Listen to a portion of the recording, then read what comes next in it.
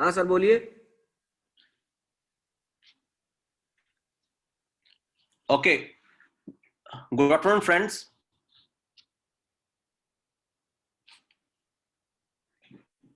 Okay, I'm Dr. S.S. Nath.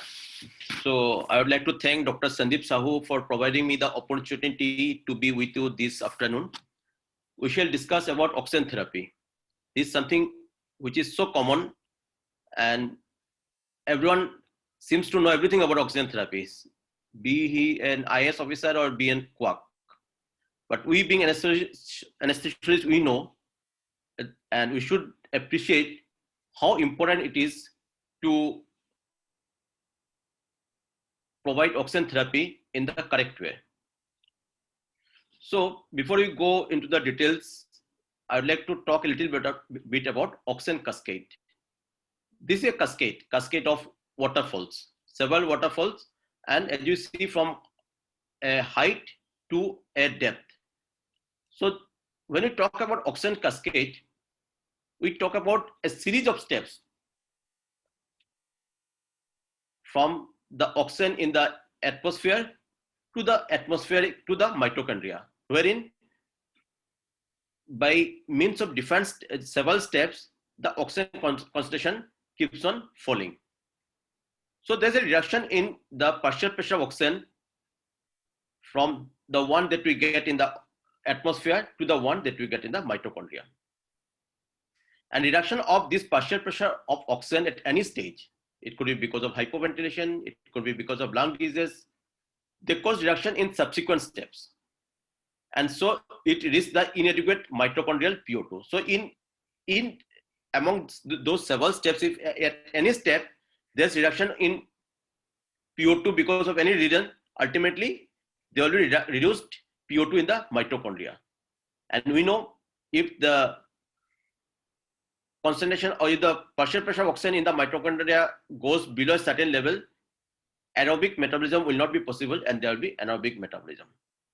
We know it is important because when there is aerobic metabolism, then 1 mole of glucose produces 38 ATPs. But otherwise, when there is anaerobic metabolism, it produces only 2 ATPs and also it produces lactate, which would lead to lactic acidosis.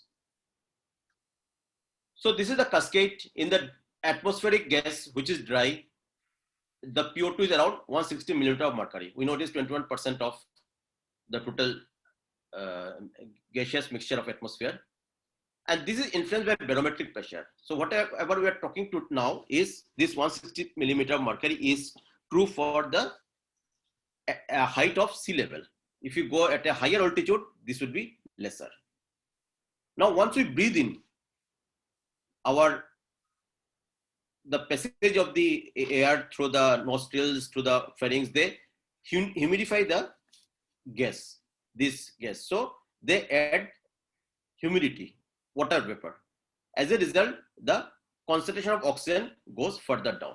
So now in the trachea, when it reaches, at that time, it is no longer 160, but it is around 150 millimeter of mercury.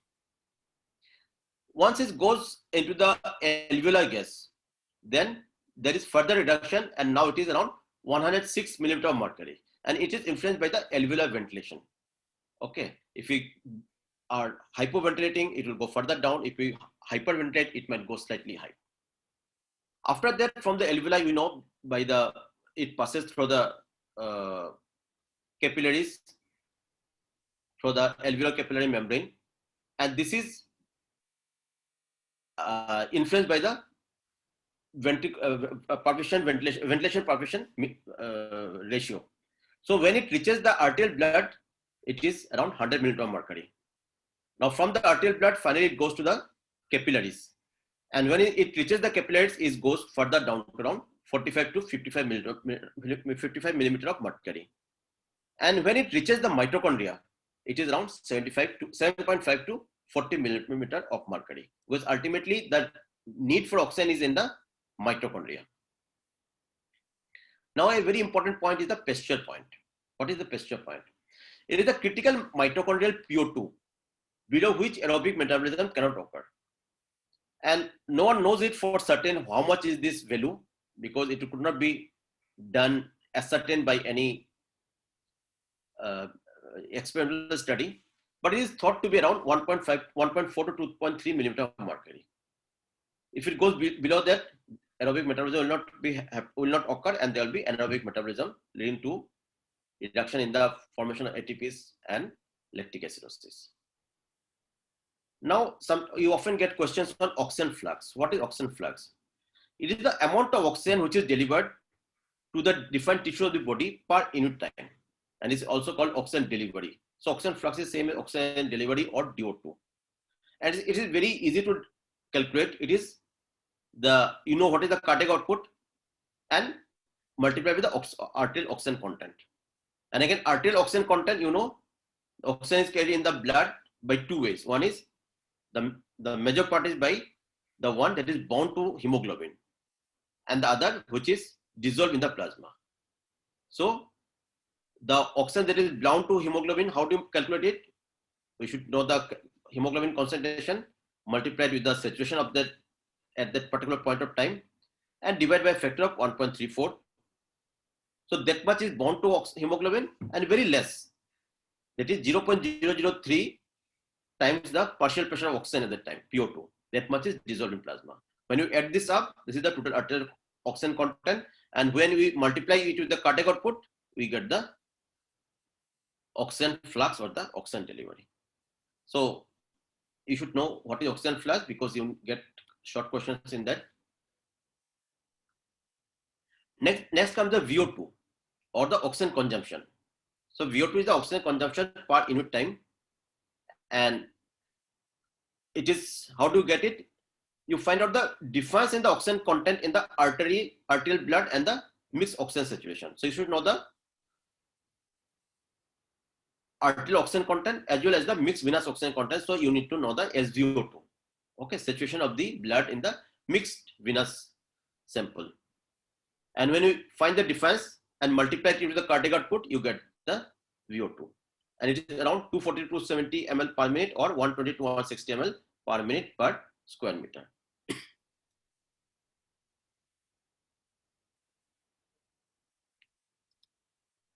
Now comes the oxygen extraction ratio. It is nothing but the ratio of the VO2 upon DO2.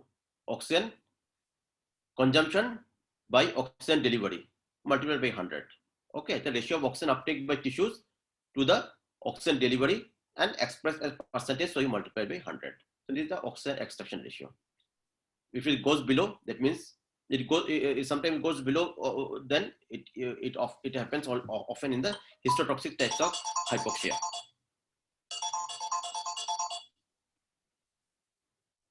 Now we should know what are the indications of oxygen therapy. Okay. First and most important is the cases of hypoxic hypoxia. Next are there are certain non-hypoxemic conditions also, like carbon monoxide poisoning. Post anesthesia care, we all do that. After the patient recovers from oxygen, we give oxygen. Recovers from anesthesia, we give oxygen. Why do you give oxygen? Well, we know because that time patient, his respiratory, there is some amount of neuromuscular blockade could be there. So some amount of nitrous might be there, we give. But there's another important reason why we give, and which has been brought out in the WHO guidelines, is that giving oxygen or say supplementary oxygen in the post-operative period also reduces the incidence of post-operative surgical site infection. This is very interesting one. So I would like you to note it down, that WHO suggests that you should supplement oxygen in the post-operative period after recovering from anesthesia, to also prevent, among other reasons, anesthesia-related reasons, to also prevent the surgical site infection. And also air embolism, okay, compression sickness, decompression sickness, you know that. Now regarding types of hypoxia, we know there are three types of hypoxia. One is hypoxic hypoxia, where there is reduction in the PO2 level. Okay, when it can happen? If the patient is breathing hypoxic gas mixture, if he has gone to high altitude, if he is hypoventilating, if there are shunts inside, okay, because of cardiac anomaly or something, there can be anatomical shunts, there can be physiological shunts, okay, or there is diffusion defects. How can there be diffusion defects? We know that the oxygen is transferred from the capillaries to the alveolar through the alveolo-capillary membrane. So if there's something in between the alveolar and the capillary membrane, like there is water, when this can happen? In case of pulmonary edema. Okay, in those cases, or there's a lobar collapse or there's pneumonia, then in those cases also there can be hypoxic hypoxia, PO2 will be low. And the other is the anemic hypoxia, in which the oxygen carrying capacity of the blood is decreased. This could be because either there is low hemoglobin, usual normal hemoglobin, or there could be because the abnormal hemoglobin is abnormal, like fetal hemoglobin, like self hemoglobin, myth hemoglobin. Okay, in those cases also, because there is defect in the carriage of oxygen content, there is anemic hypoxia. The third is stagnant hypoxia, because there's stagnancy of the blood, because there's inadequate tissue perfusion, like in low cardiac output states, because of hypovolemia. There is constrictive pericarditis, myocardial infarction, arterial obstruction, thrombus, etc. In those cases, there will be stagnant hypoxia. And the first, finally, it is the histotoxic hypoxia, in which there is defect in utilization of the oxygen. Okay, so the cells cannot utilize the oxygen, and it usually occurs in situation like cyanide poisoning. So now let's see in which types of this hypoxia oxygen will be helpful. Not in all. So if we give oxygen in these 4 questions, in 4 situations, it will be most beneficial in case of hypoxic hypoxia, little bit in case of anemic hypoxia and stagnant hypoxia, and in case of histotoxic hypoxia, there will not be any benefit at all. Okay, now coming to the oxygen therapy devices. Everyone knows how to give oxygen, mask laga do. These days, HFNO is in a craze. IS officers bhi kehte hain ki HFNO laga do. But we should know which is the suitable one. So choice of oxygen therapy devices depends upon many factors. One is age and size of the patient, oxygen requirement and therapeutic goal. How much oxygen is required? What is our therapeutic goal? If the patient requires very high FiO2, probably nasal pumps will not be useful. If you want to be give oxygen to a very accurate level, then probably venturi mask will be more suitable than a Hudson mask. Okay.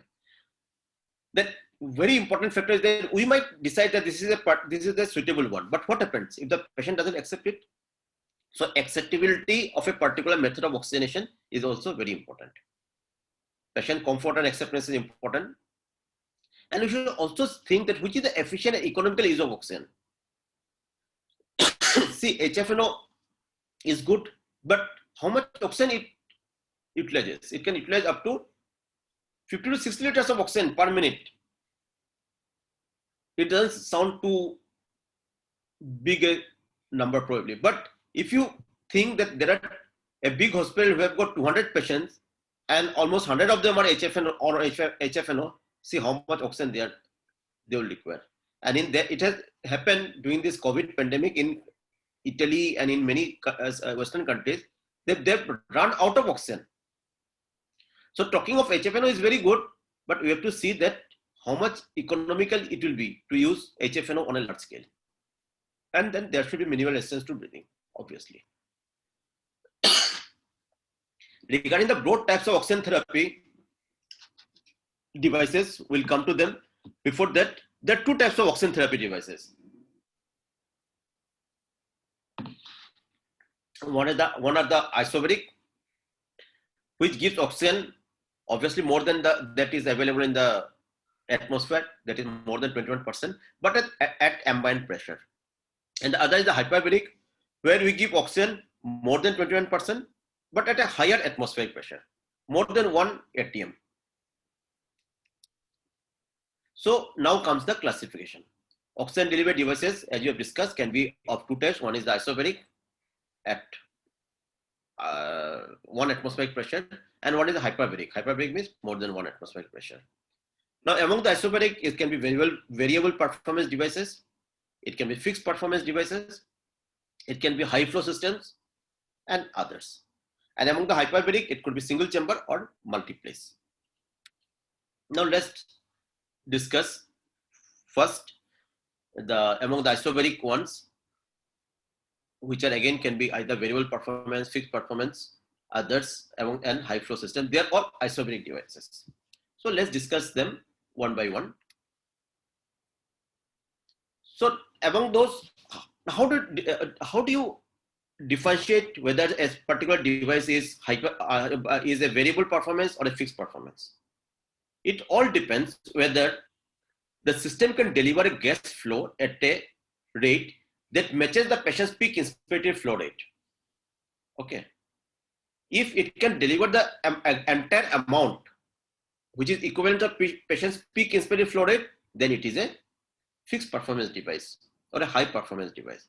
If it cannot give that, if it is below that, then it is a low performance device or variable performance device. Okay. So the key word here is the patient's peak inspirated flow rate. Usually it is around 25 to 30 liters per minute. But when the patient is dyspneic, he is breathing very fast, then it can go very high, 70, 80 liters. So as I told you, the key word which will help you to differentiate a device which is variable to one which is fixed performance is peak inspirated flow rate. And one very important caveat here is that a device which is otherwise a fixed performance device or high performance device like a Venturi mask can also become a variable performance in cases where the patient's peak inspirated flow rate is very high. Okay, so this division into high performance and low performance or variable performance and fixed performance is not absolute. It depends on the patient's peak inspirated flow rate, and as I've told, patient's peak inspirated flow rate can go very high in cases where the patient is dyspneic. Okay. Again, classification of, as I've told, the oxygen therapy devices, whether the key question is whether it can deliver the gas flow at a flow rate that matches the patient's peak inspirated flow rate. If yes, then it will be fixed or high performance devices. If no, then it will be variable or low performance devices. So first, let's discuss about the variable performance devices. As I have discussed, they do not provide the patient's entire ventilator requirement. They cannot match the patient's peak inspirated flow rate. And there is variable amount of air is entered. So initially, you will take the oxygen, but after during the rest of the inspirative phase, you will take air from the atmosphere. So variable amount of air he takes, and so ultimately the average FI2 is far low. Examples are nasal cannula. We know it is comfortable, well tolerated, and with the nasal cannula in place, patient can communicate, eat, drink, wear glasses, and read. But you should remember, they should not give more than 3 to 4 liters per minute by nasal cannula. If the patient is needing higher FI2, better to switch over to some other device instead of giving higher flow rate for nasal cannula, because it will not increase the FI2 further. It will only cause irritation because the oxygen that the patient gets is not humidified. FI2 that the patient gets might be reduced if there's blocked nose, and if less than 4 liters per minute does not increase oxygenation, then it's better don't go to other device, don't use this. One important question comes is that people say that nasal cannula has no reservoir. No, it's not like that. Nasal cannula has also a reservoir. Where is it? We don't see it. Well, our nasopharynx becomes the reservoir for this nasal cannula. It's true that the volume is very low, very less. It is around only 55 ml. But the main question is that nasal cannula also does have a reservoir, which is our nasopharynx. Then the Hudson mask we very commonly use, mostly in post-anesthesia care units. We can give a flow rate of 3 to 8 liters per minute. It delivers a FiO2 of around 0.35 to 0.5. And again, it depends on the flow rate and the respiratory drive. If the respiratory drive is high, FI2 will be less. If the respiratory drive is low, FI2 will be slightly on the higher side. You should not give less than 3 to 4 liters per minute, because otherwise it will cause rebreathing of the expired gas. Okay. Again, there can be non-rebreathing mask where there is an oxygen reservoir. You can see. Okay, this is the oxygen reservoir, and there is a unidirectional valve here. Okay, so it prevents the mixing up of the expired gases and the fresh gas flow. And you can provide high FI2, 0.6 to 0.8 with a flow rate of 10 liters per minute. If you give less than 10 liters per minute, then again it's of no use. Patient will take oxygen from the atmosphere. And since it gives very high FI2, it should be only used to provide urgent or emergent but short time high FI2. Okay, you need to give high FI2 for a short time, because after that you are going to either intubate the patient or use some other device. So for the short period you can give, because again you are giving dry gases through this. There's no humidification. Tracheostomy mask, simple face mask used at the tracheostomy site. Again, flow rate should be 3 to 4 liters per minute to prevent rebreathing. Next comes the fixed or the high performance oxygen therapy devices.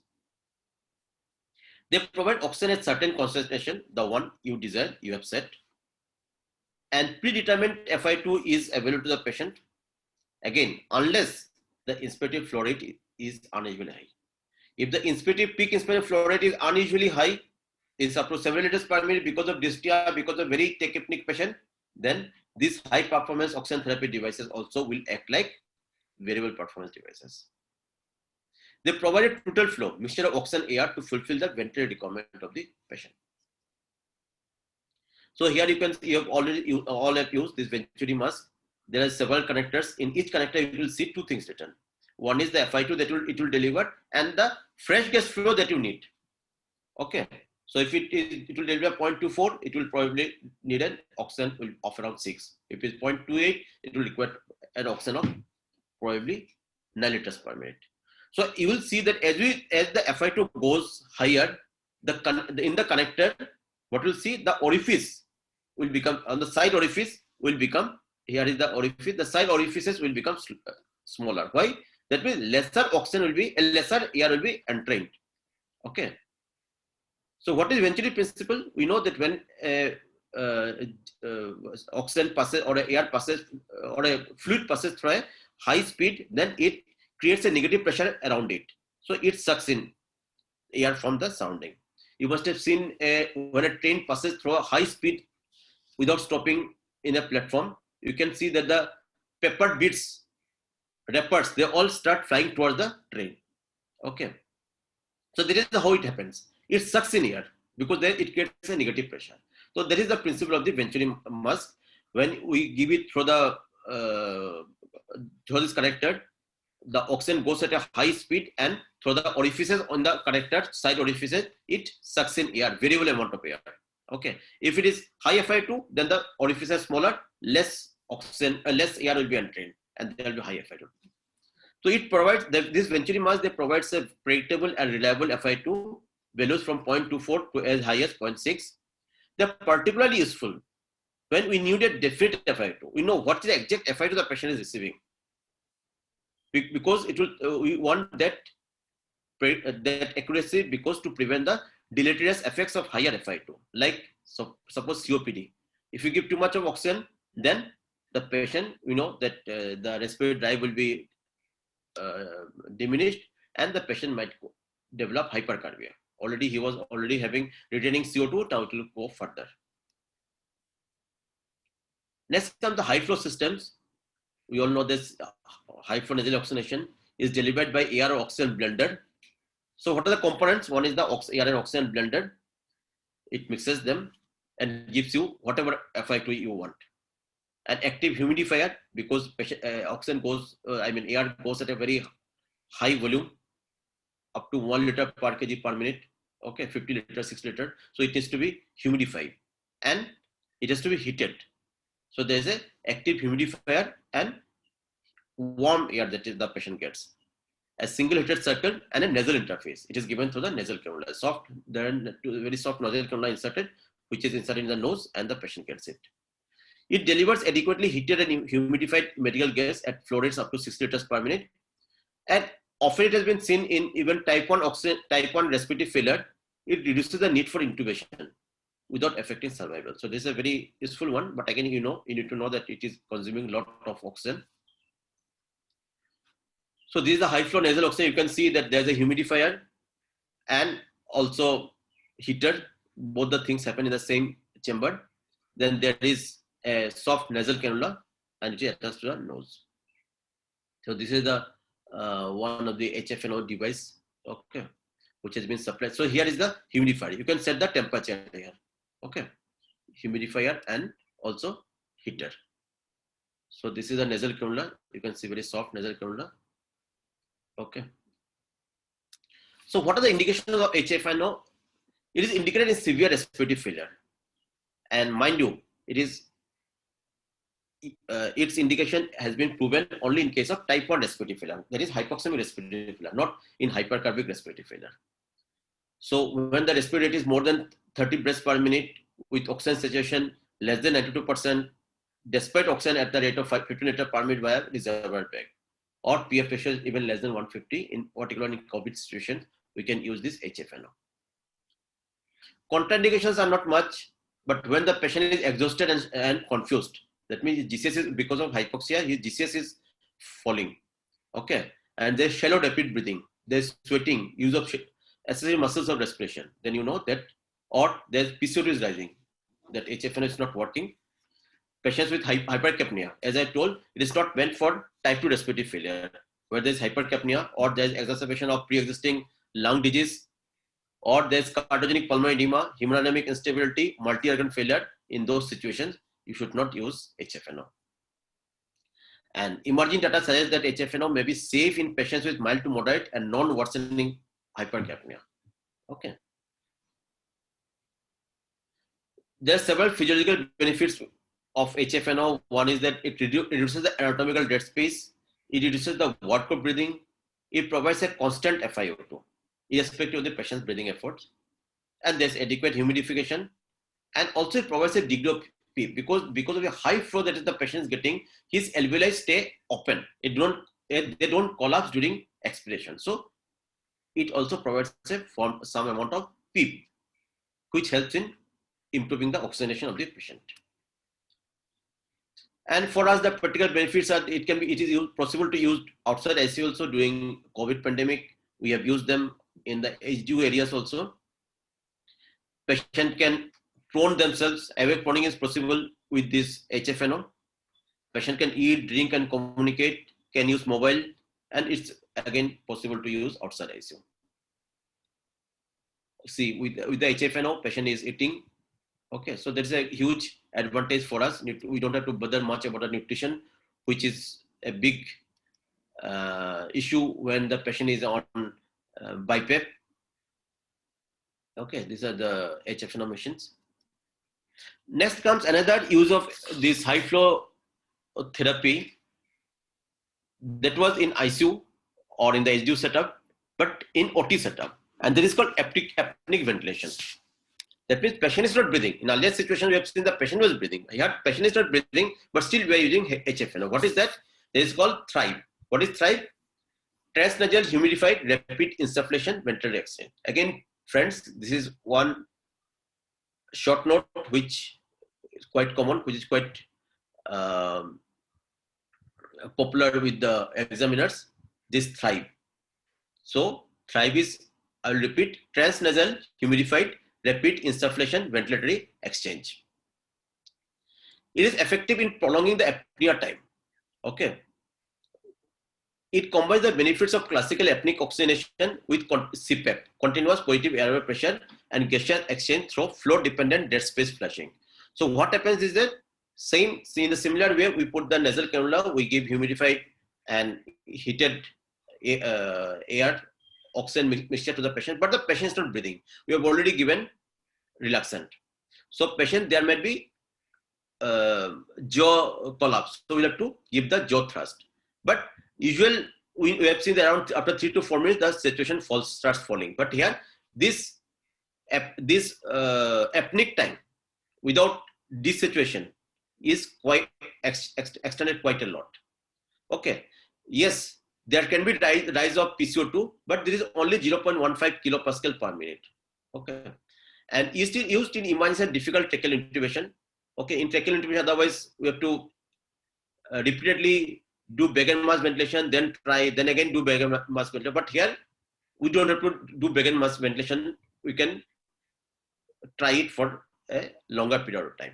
And even several minor surgeries of the vocal cord can also be done through this HFNO. Okay. More so, particularly in those cases where the airway will be shared by the ENT surgeon or the surgeon and the anesthetist. In those cases, those surgeries can be, or tubeless surgeries can be done through this Thrive. So even if you get a short note on a tubeless surgery, you can write about Thrive. This is Thrive, same. Now coming to hyperbaric oxygen therapy. The principle is that you should have remember our class 12 days, the Boyle's law. It states that at constant temperature, volume of the gas is inversely proportional to the pressure exerted on it. Okay, so if there's a balloon this much, you apply pressure, more pressure, it will become, the volume will become smaller. And if the pressure doubles, the volume is halved. So it's directly related. So this is the principle of HbO2 which is used in decompression sickness or air and gas embolism in reducing the size of the gas bubble. So when you give high pressure oxygen, it will compress it and it will reduce the size of the emboli. Okay. And so the damage, because usually the damage is by the size, is directly related to size. The bigger the size, the bigger the artery it will obstruct. Smaller it will go further distally and obstruct a smaller artery. So its size will be smaller and so the damage will be less. And is responsible for, and again, the other side of the coin is that it is responsible for occurrence of pain in sinuses and ears. Indications for hyperbaric oxygen therapy are air and gas embolism, carbon monoxide poisoning, Clostridium myositis and myonecrosis, central retinal artery occlusion. It is the definite treatment. It can be, if it can be given within 30 minutes, necrotizing soft tissue infection, and severe anemia. Severe anemia, why? Because in severe anemia, if you give HbO2, the PO2 part increases because you cannot bring out the hemoglobin part, but we can increase the PO2, dissolve oxygen. So in that way, life can be sustained. So this is our hyperbaric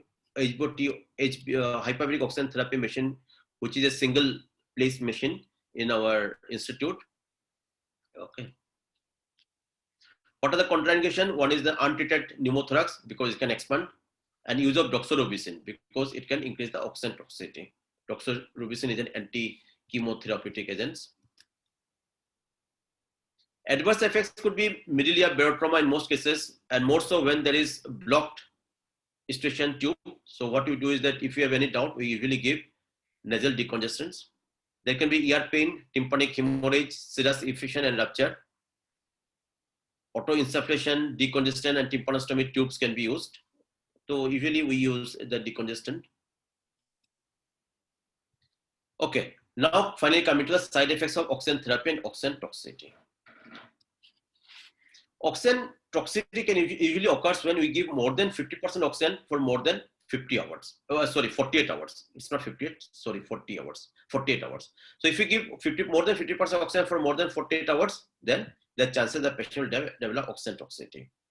So the initial things what can happen more so when you give say nasal, through nasal or through mask we give oxygen which is dry for a longer period of time. There can be nasal and oral dryness. Even with BiPAP, which also patient gets dry air. There also you can see that there is nasal and oral dryness, there nasal bleeding, loss of taste and smell, claustrophobia, or gastric insufflation, and features of oxygen toxicity. Have you wondered why we don't give 100% oxygen while doing cases under anesthesia? We always use either AR or nitrous because if you give 100% oxygen, there will be absorption atelectasis. In the alveoli, usually what happens because of nitrous, which is not absorbed, they stay open. But if we give 100% oxygen, the 100% oxygen will be absorbed. So the alveoli will collapse. So there will be absorption atelectasis. It also depresses the respiratory drive in patients of COPD. This makes them prone to hypercarbia and carbon dioxide narcosis. So what happens when there is hyperoxia? It promotes the release of oxygen-free radicals, which directly damage the alveolar cells and attract granulocytes. This leads to vasoactive procoagulatory and pro-inflammatory cytokines release, which in turn leads to the increased pulmonary vessel permeability, and so there's increased risk of developing pulmonary edema. Finally, there will be fibrogenesis and permanent lung damage, and there's apoptosis and death of alveolar cells. So what you can see is that there's pulmonary edema, okay, because of increased pulmonary vessel permeability as a result of oxygen therapy and oxygen toxicity, and features are very similar to that of ARDS. So in a case of ARDS, if you give very high FiO2 for a long period of time, afterwards you won't know what's happening. Why the lungs are worsening? Is it because of worsening ARDS or is it because of oxygen toxicity? Again, hyperoxia causes systemic vasoconstriction. The both cerebral and coronary vasoconstriction have been documented. It has also been seen in the recent study that patients of MI who were given oxygen had higher mortality than those who were not. There can be retinal damage caused by retroretinal fibroplasia in preterm babies, we all know, and it leads to vision impairment and loss of vision. Eye injury, again, progressive myopia can happen, but good thing is that it's reversible within 6 months in case of adults. There can be nuclear cataract development. So finally, avoid 100% oxygen for more than 12 hours, 80% oxygen for more than 24 hours, or if you're giving 60% oxygen, not more than 36 hours. Okay. Or if you're giving 50%, don't go beyond 48 hours. So remember, while administering oxygen, this is the key message. Oxygen needs to be treated like a drug. And just like any other drug, be clear about its indications, about the dose. Dose means the FiO2 they are giving, the mode of administration, either you're giving by type of mask, nasal prongs, venturi mask, etc. And how long to administer. It should not be an open-ended thing. You should know how long to administer, definite time. And the prevent overdose, avoid oxygen toxicity. You should maintain a record of the date and time the oxygen was started, the method of delivery that was used, of the oxygen concentration and the flow rate that was used, patient observation with vitals and change, because then that way only we'll know whether the patient is improving or deteriorating. And importantly, oronasal care to the nursing. You should include the oronasal care to the nursing parent because there is otherwise dryness of the entire oronasal tract. So to conclude, friends, treat oxygen as a drug and so use it accordingly, give it due respect. Choice of oxygen therapy devices depends on various factors. A high performance device may also turn variable performance device if the patient peak expiratory flow rate is very high. And oxygen toxicity is a real threat. So try all that you can use to avoid it. Thank you so much.